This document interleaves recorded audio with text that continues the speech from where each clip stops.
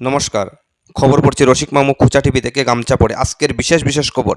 আজকের প্রথম খবর। এক ব্যক্তি আজকে থেকে প্রায় 40 বছর আগে স্বপ্ন পূরণ করার আশায় উনি চলে যান বিদেশ।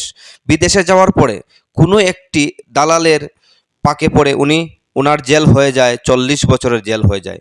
উনি 40 বছর জেল কেটে বাড়ি ফিরলেন গতকালকে। উনি যখন গিয়েছিলেন বিদেশ তখন ওনার বয়স ছিল 20 বছর। এবার উনি বাড়িতে এসেছেন, ওনার বয়স হয়েছে 60 বছর। উনি যাকে ভালোবাসতেন ওনার অন্য এক জায়গায় বিয়ে হয়ে গেছে, ওনার 5টি ছেলে মেয়ে আছে। এখন প্রশ্ন হলো, তিনি যাকে ভালোবেসে বিদেশ চলে গেছিলেন, 40টি বছর জেল কাটে আজকে বাড়িতে চলে আসলেন, এখন তার কি হবে? উনি কি পাবেন ওনার সেই পুরনো গার্লফ্রেন্ডকে ফিরে? প্রশ্ন আপনাদের কাছে, মতামত জানাতে কমেন্ট করবেন। খোঁচা টিভি থেকে আমি রসিক মামু। পরের খবর। এক ব্যক্তি বিয়ের 7 বছর